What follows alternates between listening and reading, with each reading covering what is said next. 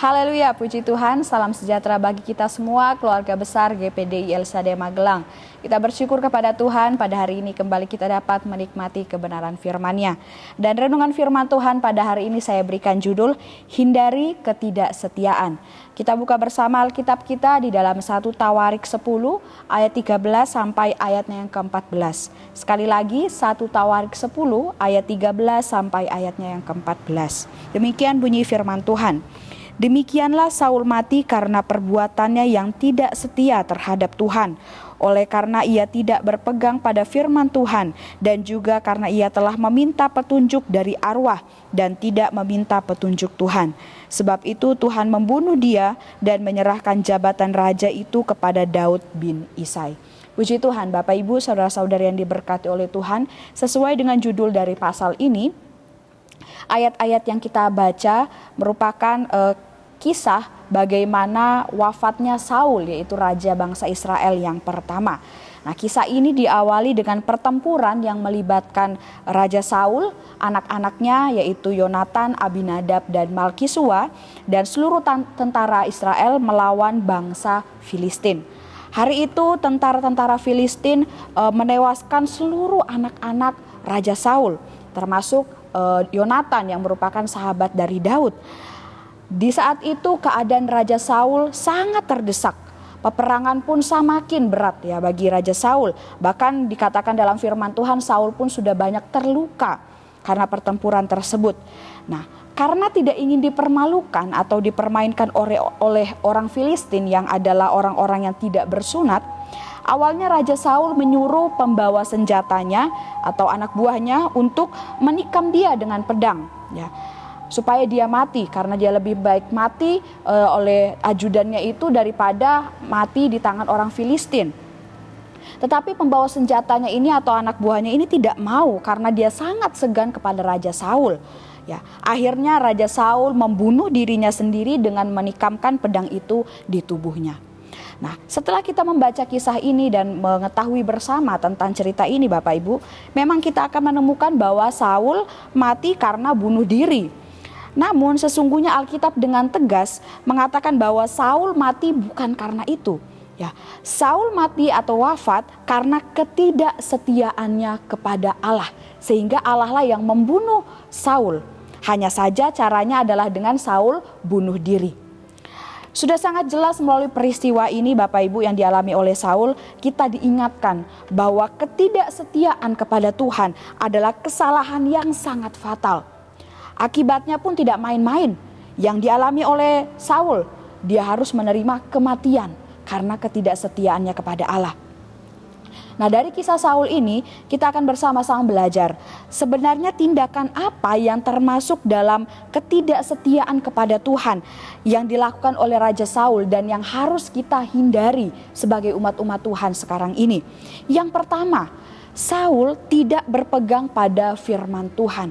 Dikatakan di dalam ayatnya yang ke-13. Di sana ada kalimat yang berkata, oleh karena ia tidak berpegang pada firman Tuhan. Berpegang pada firman Tuhan itu artinya kita menjadikan firman Tuhan sebagai dasar, acuan atau pedoman yang utama di dalam setiap kehidupan kita. Sehingga apapun yang kita lakukan, apapun yang kita katakan, apapun yang kita pikirkan dan kita rasakan, semuanya kita dasarkan dengan firman Tuhan. Seseorang tidak bisa dikatakan sebagai orang yang setia kepada Tuhan ketika ia tidak mau melakukan apa yang Tuhan mau, yaitu berpegang pada kebenaran firman-Nya. Jadi saat kita tidak berpegang kepada firman Tuhan, itu adalah tindakan ketidaksetiaan kita kepada Tuhan. Tentunya Tuhan sangat tidak berkenan, Tuhan sangat benci kepada perbuatan ini ketika kita tidak berpegang kepada kebenaran firman-Nya. Firman Tuhan yang harus kita pegang bukan hanya tentang kesungguhan dalam hal rohani, seperti beribadah, berdoa, berpuasa, memuji, menyembah Tuhan dan lain sebagainya. Tetapi di dalam firman Tuhan ada begitu banyak peraturan ya tentang kehidupan jasmani kita sehari-hari.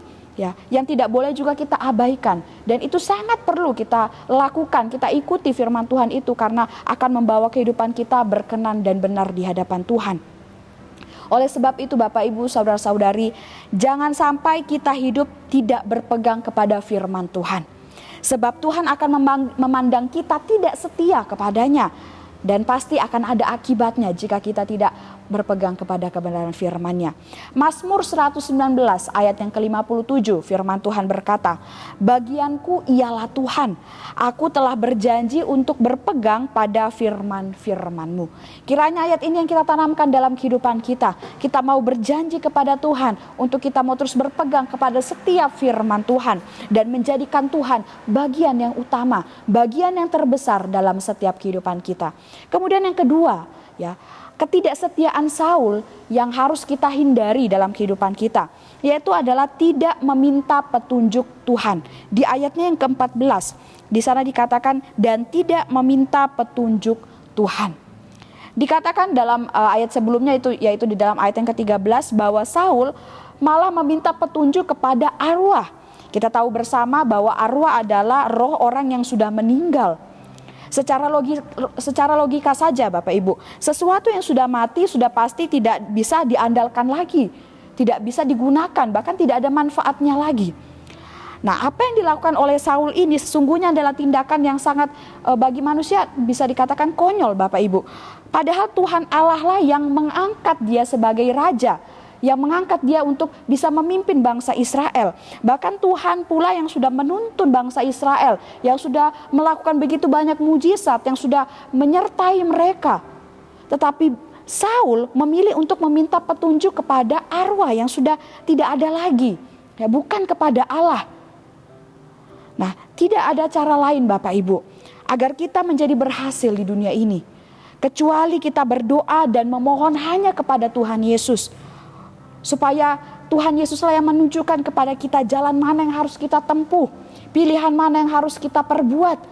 Dan setiap rencana-rencana kita, semuanya kita tanya hanya kepada Tuhan Yesus. Dan Tuhan yang akan memberikan jawaban yang terbaik, pilihan yang paling tepat untuk kita. Sehingga tidak ada cara lain untuk berhasil, ya, selain kita mau cari Tuhan, selain kita mau tanya hanya kepada Tuhan. Seperti yang dikatakan di dalam Ayub 5 ayat yang ke-8, firman Tuhan berkata, "Tetapi tentu aku akan mencari Allah, dan kepada Allah aku akan mengadukan perkaraku." Di sini dikatakan bahwa mencari Allah dan setiap perkaranya, setiap perbuatannya, apapun yang hendak direncanakan, semuanya disampaikan kepada Tuhan. Dan ini yang harus kita terapkan dalam kehidupan kita Bapak Ibu. Jangan sampai kita terpengaruh, ya, oh, orang ini hebat, tempat ini ajaib dan lain sebagainya, benda-benda ini sakral dan lain sebagainya. Jangan kita percaya Bapak Ibu, kita sudah punya Allah yang benar, kita sudah percaya Allah yang ajaib. Mari kita mau tanya hanya kepada Tuhan, apa yang kita rencanakan, apa yang hendak kita putuskan, ya, semua yang kita lakukan, mari kita mau tanya kepada Tuhan. Biar Tuhan yang memberikan jawaban, Tuhan yang memberikan kita tuntunan apakah hal itu adalah hal yang benar, sehingga apa yang kita kerjakan pun adalah hal yang baik dan mendatangkan berkat, memuliakan nama Tuhan dan juga bisa memberkati banyak orang. Jika kita tidak mau mengandalkan Tuhan sebagai penuntun hidup kita dan meminta petunjuk kepada Tuhan, maka jangan pernah menyalahkan Tuhan jika nantinya hidup kita akan menjadi berantakan. Oleh sebab itu, mari andalkan Tuhan, ya, tanya kepada Tuhan. Jika ingin hidup kita baik, berhasil, baik di bumi maupun juga di surga, tanya kepada Tuhan. Andalkan Tuhan dalam setiap kehidupan kita. Puji Tuhan Bapak Ibu, saudara-saudara yang diberkati oleh Tuhan, melalui firman Tuhan hari ini kita sama-sama belajar. Berjaga-jagalah, jangan sampai kita hidup dalam ketidaksetiaan kepada Tuhan. Ya. Oleh sebab itu, mari kita mau hindari, ya, hidup yang tidak berpegang kepada firman Tuhan, hindari hidup yang tidak meminta petunjuk kepada Tuhan. Mari kita mau hidup setia dan terus mengandalkan Tuhan. Tuhan Yesus memberkati kita semua. Mari kita akhiri renungan hari ini dengan berdoa. Terima kasih Tuhan, kami mengucap syukur buat segala kasih dan kemurahan-Mu, terlebih khusus melalui kebenaran firman Tuhan yang dapat kami nikmati hari ini.